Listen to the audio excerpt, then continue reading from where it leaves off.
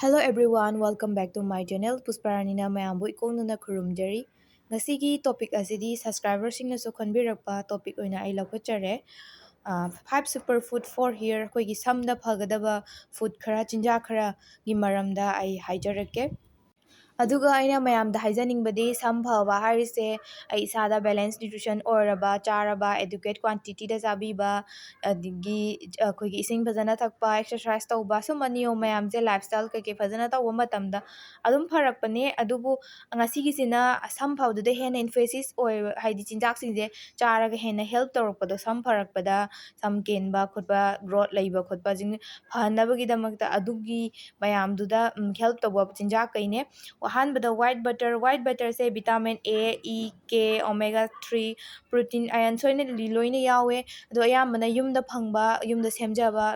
सिने हेना phaco आउटसाइडतगी लैदो सरुकपुदी हमु मपानगुम्बा तौरगा सेमबा pot ओइदोइने सिदगी सेमबीबा सि चाबसे समदा यामना कानाबा fungi next rice अखोई चाक चारिसे अखोइना नोमदा आइगी नोमगी डेली सिदा चाक इंक्लूड तौरिसे यामना फै दुगा चाक चारगा नोई खोले वेट गेन हेंगले खोले हाइसे आइना चागदबा पोर्शन दुगी मदुदा लाक्तोइने अदु नोमा आइना चाबा मतमदा चाकसे इंक्लूड तौबिबा दुगा नुंगदांगदा दुम तन चाबा खोपा सि कैसु काइदे चाकका हवाइगा चाबसे याम बेस्ट सुपर फूड ने समदसु कानादोइने अदुगा यामना फबा चिंजा ओइदिने पुन्ना चाबा याय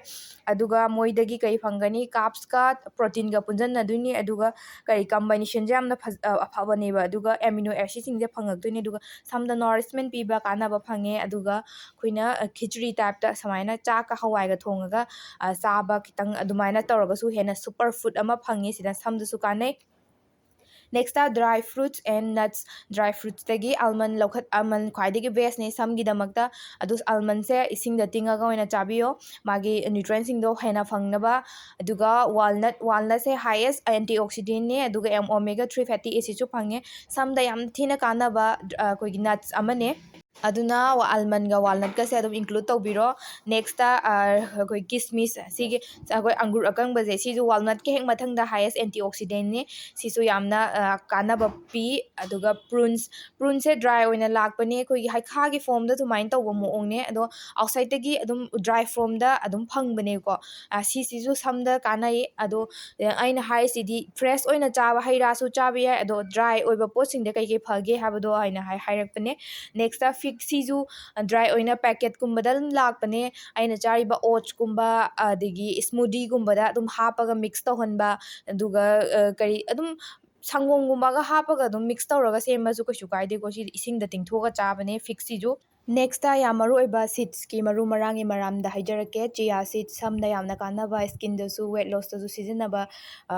कोइगी सीड्स अमने मादो नोंगमदा टीस्पून अमा इसिंगदा सोक तौरगा थंबिरमो अदुगा अयुक्ता थकपा दुम नुंगदांगदा थममा थकपे याय और 30 minutes 40 minutes तिंगथोगा दुम थकपे याय को नेक्स्ट फ्लैक्स सीड सिजु यामना कानाबा सीड्स अमा ओइदुने omega 3 fatty acid कुमजु fungi अदुगा चाबीबा मतमदा roasted तौबियो हाइदि खांगदा कितंग साला खोलगा अदुगा आइगी चारिबा ब्रेकफास्ट कुमदा चाइसलगा ओट्स कुमदा चाइसलगा चाबी याय नेक्स्ट माइरेन मरु पम्पकिन सीड खोइना माइरेन चाबा मतमदा मरु लंगथोकपिगनो अदुम कानाबा फंगे